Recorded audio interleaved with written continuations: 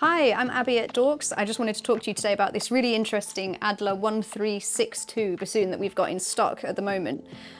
So from this angle, at first glance, it looks very much like the 1358 model, which is kind of like a really nice like entry professional model. You've got the high D key, you've got two low C touch pieces, alternate G sharp. You know, it's got everything that you would need to kind of get to grade 8 and beyond a little bit. It's like a very, very nice upgrade bassoon. But the other side of this instrument is what's going to make it kind of interesting and a bit different. So you may have heard of short reach bassoons, which have slightly reduced keywork and everything's a little bit closer in order to try and help people with smaller hands basically achieve the kind of reach that you need when you're playing the bassoon. On this model, what they've done instead of the typical short reach kind of configuration is they've actually really redesigned a lot of this keywork.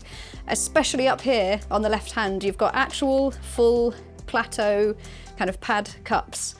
Usually on a short reach bassoon, if anything, the third finger here is going to be the one that's made into a plateau key so that your third finger doesn't have to struggle to reach that tone hole while your thumb's rushing around on the other side of the instrument.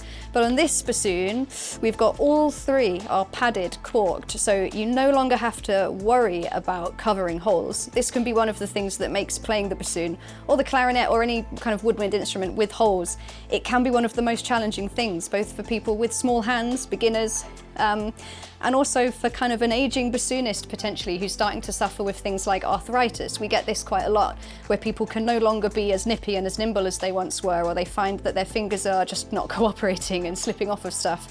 This instrument kind of eradicates that issue in a really, really clever way. And you don't sacrifice any of the actual kind of the dexterity, you don't sacrifice any of the notes or the tone. It's been really, really nicely done. It's very, very smart. And again, down here where you may have a hole here to cover instead, you've got a pad cup with a slightly offset touch piece. So similar to other short reach bassoons, it brings everything in and closer, so you're not having to really stretch your hands. So again, this could be the perfect bassoon for a younger upgrading student. So if you're like a younger bassoonist who's kind of flying up through the grades a bit quicker than you were expecting to, perhaps, this could be a really lovely thing to get you up there without having to be big enough. You can't speed up how your hands grow, but you can get this bassoon and find it a lot easier to get your way around these old open holes. Or indeed, an older bassoonist who's starting to not get on with the instrument that they know and love very, very well. If covering the holes is a factor to that struggle, then this bassoon could be a way to really extend your playing joy for a lot longer than your current instrument is going to allow you to. So definitely worth consideration if one of those categories is where you fit.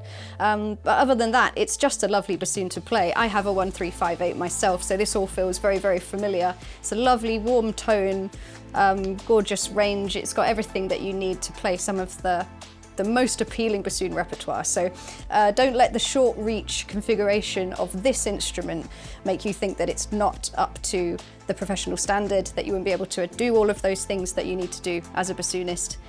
Yeah, it's a lovely, lovely thing, and it's really, really smart, and I would definitely suggest giving it a go.